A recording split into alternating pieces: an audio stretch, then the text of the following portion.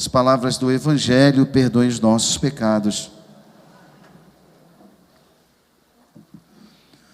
Queridos irmãos e queridas irmãs, estamos celebrando hoje o 10º domingo do tempo comum. O grande tema que aparece na liturgia de hoje é o tema da divisão no coração humano. Hoje vimos esse tema aparecendo no livro do Gênesis, depois São Paulo na segunda leitura e agora Jesus no Evangelho. O livro do Gênesis nós conhecemos, é o livro das origens, é o livro em que nós vemos aquelas metáforas tão bonitas, imagens tão bonitas, mas com um significado muito profundo, imagens até infantis, né? De um casal, de um jardim, de uma árvore, do fruto, da serpente conversando com eles, né? Toda uma linguagem sapiencial, nós sabemos, ninguém vai imaginar que naquele tempo uma serpente falava, né? Uma linguagem metafórica. Mas o sentido profundo daquelas palavras tem a ver conosco, com o mundo, com os homens de todas as épocas. O que é que o livro do Gênesis trazia hoje no capítulo 3º? O mistério do pecado original. Deus criou o jardim, deu ao homem autoridade sobre tudo, nós sabemos, né? E o homem é livre para cuidar desse jardim. Porém, uma coisa que o homem não entendeu, e lá a figura, as duas figuras, Adão e Eva, como nós ao longo da história, não entendemos ainda. Deus nos deu liberdade, sim, mas a nossa liberdade não é a liberdade do Criador. A nossa liberdade é uma liberdade de criatura. Por isso tem limite. Tem limite físico. Alguém que se colocasse do 10º andar do prédio e tentasse voar, não ia conseguir. Por quê? Porque não tem asas. Sua natureza não foi feita para isso. Por isso o limite físico. Ou também o limite moral. E assim também o limite espiritual. Lá no jardim do Éden, o símbolo trazido pela palavra de Deus era a árvore do bem e do mal, o fruto da árvore. Até hoje a gente não sabe que fruto era aquele, né? A Bíblia não diz. Mas era apetitoso aos olhos, despertava no homem o desejo. Ora, meus irmãos, uma coisa que a gente vai aprendendo com essa palavra é que esse limite precisa ser respeitado.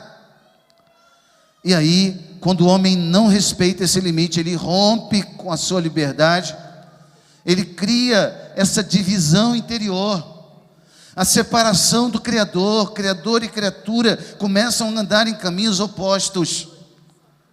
Aqui, a beleza do que Deus tinha dado ao homem, o mundo inteiro pode cuidar de tudo, mas se tem um limite, criatura não desobedece, e o homem fez o contrário. O que nós aprendemos com isso? É que obedecer a Deus é sempre o melhor, obedecer ao Criador. Hoje a gente tem que fazer campanha para tudo, né? Há estatuto para tudo, da floresta, cuidar do planeta, da água, não sei o quê. Tem que fazer tudo, porque a gente desobedeceu a Deus. A gente não cuidou do jardim de Deus.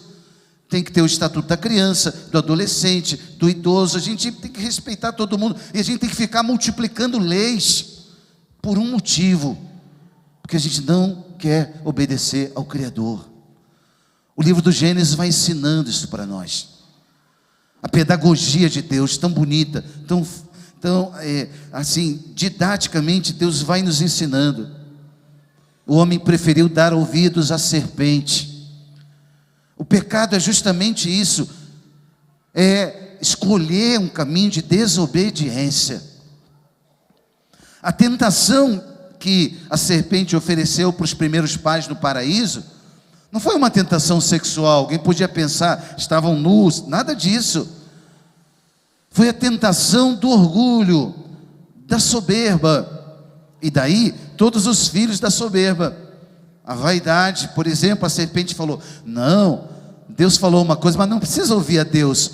O dia que vocês comerem do fruto do bem e do mal, os olhos se abrirão e vocês vão ser como deuses. Olha a tentação, gente, da vaidade, da vanglória, da jactância, do orgulho, e vai inchando, né? Essa foi a tentação, e essa é a tentação raiz de todas as outras. A tentação da desconfiança. Soberba me leva a desconfiar de Deus. Será que Deus verdadeiramente quer a minha felicidade? Será que não existem outros caminhos alternativos? Será que isso não é coisa da religião? Não é só uma proibição a mais? Eu tenho que curtir a vida, fazer o que der na telha, eu sou livre. Essa é a linguagem que o pecado nos oferece. Claro que nós somos livres, repito, mas a nossa liberdade é de criatura e não do Criador. Não fui eu que me autodoei a existência, eu recebi, e essa existência tem regras, e eu preciso obedecê-las. Imagina se você de hoje para amanhã quisesse comer pedra. Ah, padre, mas é pedra preciosa, né? Sim, mas o teu aparelho digestivo não foi criado para isso, para digerir pedra. Precisa obedecer a lei do Criador. E daí por diante, eu não preciso dar mais exemplo, você já entendeu. Todas as vezes que você desobedece ao que Deus te pede, na consciência, na palavra, você vai viver sempre uma experiência de divisão interior e consequentemente de infelicidade. São Paulo, na segunda leitura também da missa de hoje, São Paulo nos ensinava então esse caminho de fé. Como assim, padre? Como é que eu faço para buscar essa ordem interior? Obedecendo a Deus na fé. O apóstolo disse assim, sustentados pelo mesmo espírito de fé. Ele diz assim, ainda, né? Ele diz, por isso que não desanimamos, mesmo se o nosso homem exterior vai se arruinando, o nosso interior se renova de dia para dia. Às vezes vai acontecendo, e quanto mais a idade vai chegando, o corpo vai cansando, os limites vão aparecendo, e obviamente é a consequência natural da vida, a gente vai definhando, até que um dia chega a morte. Mas o apóstolo então vai ensinando a olhar as coisas temporais com o coração nas coisas eternas. O apóstolo na segunda leitura, ele diz, repito, ainda que o nosso homem exterior se vai arruinando, o nosso interior se renova de dia para dia. E aí, o apóstolo termina dizendo, com efeito, olha a fé, irmãos, olha a fé, o volume insignificante de uma tribulação momentânea acarreta para nós uma glória eterna e incomensurável. O que você pode hoje dizer para a sua tribulação é isso que a palavra está ensinando. Essa tribulação é momentânea, isso vai passar. Essa doença, esse problema, essa tribulação, ela tem os dias contados, mas a glória não, ela é eterna. E aí, o apóstolo vai ensinando para nós, isso acontece por quê? Porque voltamos os nossos olhares, diz o apóstolo, para as coisas invisíveis, e não para as coisas visíveis. Paulo está escrevendo isso aos Coríntios, diante de tanta tribulação que ele está vivendo, perseguição de todo lado, apedrejamento, naufrágio, prisão, ele mesmo disse na leitura, a palavra de Deus não está acorrentada, ainda que eu esteja com essas algemas. Por isso, por quê? Porque o olhar está não na tribulação momentânea, mas está na glória que é eterna. Não miramos as coisas que se veem, mas as coisas que não se veem. A experiência da fé vai nos educando assim, irmãos, vai nos educando assim. Eu disse, nós não fomos nós que nos autodoamos a existência, nós recebemos, e assim também, o dia que o Criador quiser, Ele vai nos chamar de volta. Nos seus desígnios eternos, Ele tem nossos dias contados. A gente vai cuidando da saúde. Cadê doutor Bruno? Está ali, né? Doutor Bruno está cuidando da minha saúde, maravilhoso ali, cardiologista, médico. Cuida da minha saúde, a gente vai cuidando, fazendo o melhor que a gente puder, valorizando a vida, cuidando, e você precisa fazer isso também. Mas repito, essa experiência temporária, ela é temporária, daqui a pouco ela vai acabar, e o Senhor vai nos chamar para a glória eterna. E é lindo porque a nossa fé vai nos mostrando isso, que a nossa vida não acaba no vazio. Nós temos um porquê esperar. Nós temos uma explicação para as canseiras dessa vida. Tem uma glória eterna esperando por nós. Hoje, querido, diga para você mesmo aí na fé, diga: a minha tribulação é momentânea, mas a glória será eterna. Escreve isso dentro da sua alma. A hora que a tribulação bater na porta da sua vida, a minha tribulação é momentânea, mas a glória de Deus é eterna, e é por ela que eu espero. Tá? Por quê? Porque Deus não vai mandar um WhatsApp para você dizendo: ei, eu vou mandar para você uma tribulação segunda-feira, terça, quarta. Não, cada vida é um mistério, cada história de vida é um mistério. Para cada um Ele escolheu missões específicas nesse mundo, nessa vida, entregou missões para nós, e a gente vai lembrando: a nossa tribulação é passageira, mas a glória é eterna. E aí, irmãos, nós rezamos, né? Nós cantamos aqui, a maravilhosa Aline Venturi, cantora, cantou o salmo para nós aqui hoje. Olha que coisa linda o que o salmista dizia. Ele está rezando num momento de tribulação, e ele até fica pensando muitas vezes. Aline, você cantava aqui o refrão para a gente assim, né? No Senhor toda graça e redenção. Porque às vezes pode acontecer, chega uma tribulação e você fica pensando: meu Deus, será que Deus está me castigando, né? Será que Deus está mandando isso? Por quê, hein? Será que eu fiz alguma coisa que não foi tão boa assim? E fica ali, né, numa sensação de culpa, de um remorso. Ó, a palavra de Deus está dizendo que aquilo que foi lavado no sangue do Cordeiro foi lavado para sempre. Entenda isso. Por quê? Porque no Senhor existe toda a graça e redenção. Foi isso que nós cantamos. Dá para dar mais uma palhinha de novo aí nesse refrão ali, o Vaguinho? Olha que coisa linda que você cantou. Olha para a sua história, talvez para os seus erros, seus pecados, suas lutas. Fala: meu Deus, por que eu ainda estou vivendo nisso? No Senhor toda graça e redenção. E, vamos ouvir mais uma vez isso, vai. No Senhor toda graça e redenção. Vamos juntos, mais uma vez. No Senhor toda graça e redenção. Isso, no Senhor. No Senhor toda graça e redenção. Toda graça e redenção. Obrigado, meninas. Grande aplauso para esse pessoal maravilhoso aí. Olha só, irmãos, o que a palavra de Deus está ensinando para nós é justamente isso. Ele está se colocando na situação dele. Senhor, no Senhor toda a graça, das profundezas eu clamo. Estou aqui num abismo, parece que eu não estou vendo a luz do dia, parece que não vai ter solução.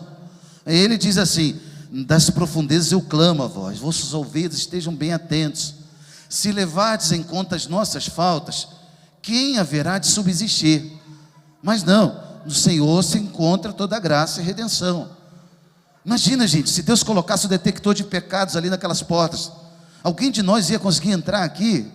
Só os anjos, né? E os santos, Nossa Senhora, mas não ia ter nem missa. Por quê? Porque todos nós trazemos as mazelas oriundas desse estado de pecado. O pecado original deixou em nós essa inclinação, deixou em nós a concupiscência. E a gente se confessa e luta, é igual o nosso corpo toma banho, se suja e toma banho de novo, e é assim, e vai ser assim a luta dessa vida, e o nosso processo de santificação. Mas o mais importante é entender que é no Senhor que se encontra toda a graça e redenção. E deixa eu dizer, preste atenção aqui, é por isso que a gente não acredita na reencarnação. Porque as reencarnações do hinduísmo, do budismo, do espiritismo, é uma autossalvação. A pessoa vai tentando evoluir por ela mesma, tentando viver uma vida melhor, e reencarna e vive melhor, segundo a crença dela, né? Nós não cremos nisso. Olha para a cruz, é no Senhor que se encontra toda a graça e redenção. Ah, padre, mas por que tanta dificuldade nesse mundo? Fragilação, tribulação, situações que a gente não tem explicações. Não sei. Deus não deve explicações para nós. Ele nos revelou a sua palavra, nos colocou nesse mundo e espera de nós uma correspondência na fé. Mas repito, é no Senhor que se encontra toda a graça. Não é em mim mesmo. Não é numa meditação que eu vou evoluir e aí deixar os pecados para trás. Não é numa busca ascética só em mim mesmo, mas em Deus. Essa é a nossa ascese. Então, e depois disso, a terceira e última leitura foi a do Evangelho de Marcos. O Evangelho de Marcos, Jesus está sendo acusado, como se tivesse um demônio nele. É pelo príncipe de Beelzebus que ele faz esses milagres, começaram a acusá-lo, blasfemando contra ele. E Jesus explica, se um reino estiver dividido contra si mesmo, esse reino não vai subsistir, não é possível, etc e tal. E aí ele fala uma coisa muito importante que eu queria entregar para você agora. Ele diz, todo pecado será perdoado desse mundo, mas quem blasfemar contra o Espírito Santo, não há perdão para esse pecado. Foi o Evangelho que disse isso. Nosso Senhor, palavra muito dura, quem blasfemar contra o Espírito Santo nunca será perdoado, mas será culpado de um pecado eterno. Em que consiste esse pecado contra o Espírito Santo? Consiste no fechamento do coração ao Espírito Santo, a Deus. Deus está falando algo e eu digo, eu não quero ouvir. Deus está me pedindo algo, eu não quero saber. Deus, vai embora. Isso é o pecado contra o Espírito Santo. Eu rejeito a ação da graça. Deus está dando a graça e eu com o coração duro e fechado não quero receber. Se eu não quero receber, Deus não pode perdoar. Deus não consegue perdoar. Deus espera de nós corações contritos. Por isso Jesus fala, se a pessoa então blasfema contra o Espírito Santo, não quer receber a palavra dele, como ele vai poder perdoar? E aí, Jesus está lá sentado, uma multidão à volta, termina a última palavra do Evangelho, tua mãe e teus irmãos estão aí fora, à tua procura. Quem é minha mãe, quem são meus irmãos? Aqui abra um parênteses, Jesus não tinha irmãos de sangue, Nossa Senhora só teve um único filho. É porque a palavra irmão no hebraico, no aramaico, em muitas línguas antigas, ela servia até para 2 ou 3 gerações, sobrinhos, primos. Aqui são os primos de Jesus. A tradução mais correta em português seria parentes, tua mãe e teus parentes estão aí. Quem é minha mãe? Quem são os meus parentes? Jesus teve um momento de amnésia? Não, ele sabia quem era a sua família, mas ele quis mostrar que agora quem ouvia a sua palavra, quem acolhia a sua palavra, entrava para a família de Deus. Esses são meus irmãos, minha mãe, aqueles que ouvem a palavra de Deus, aqueles que acolhem essa palavra. E aí termina o Evangelho, Jesus entregando para nós essa palavra maravilhosa. De tudo isso, irmãos, o que você vai levar para a sua semana, nesse 10º domingo do tempo comum? Não sei, mas o que eu quero te pedir hoje, é que você converse com Deus, sobre as tuas divisões interiores, onde o coração está dividido, onde lá dentro da alma ainda não tem obediência a Deus, onde ainda tem rebeldia dentro do coração e resistência àquilo que Deus está te pedindo. Coloca o coração diante do Senhor hoje, pede a Ele o dom da docilidade. Meu Pai, que eu te ouça. Meu Pai, me ensina a te ouvir e a obedecer. Meu Pai, dá-me um coração de carne, quebra esse coração de pedra que ainda tem dentro do meu peito. Você vai pedindo a Deus hoje isso. Por quê, Padre? Porque quando nós vivemos nessa divisão, nós vivemos diabolizados. Palavra feia, diabolos, na língua latina é aquilo que divide, que separa, é o nome do inimigo de Deus, eu sei. Nós vivemos diabolizados quando nós vivemos divididos diante daquilo que o Criador nos pede. Ouça hoje o que Deus quer te dizer. Tenha coragem de dar o seu sim responsável a Ele. Pergunte para Ele qual é o meu lugar no meio da sociedade. Senhor, eu tenho cumprido o meu papel, ou eu tenho ouvido outras vozes, não a tua, Senhor? Converse com Deus sobre isso. Nós pedimos essa graça hoje, por intercessão do nosso santo padroeiro. Essa semana estamos aí no meio da trezena. Santo Antônio com aquele menino Jesus nos braços. Não é porque ele conviveu com Nossa Senhora e São José e ajudava a cuidar do menino, não.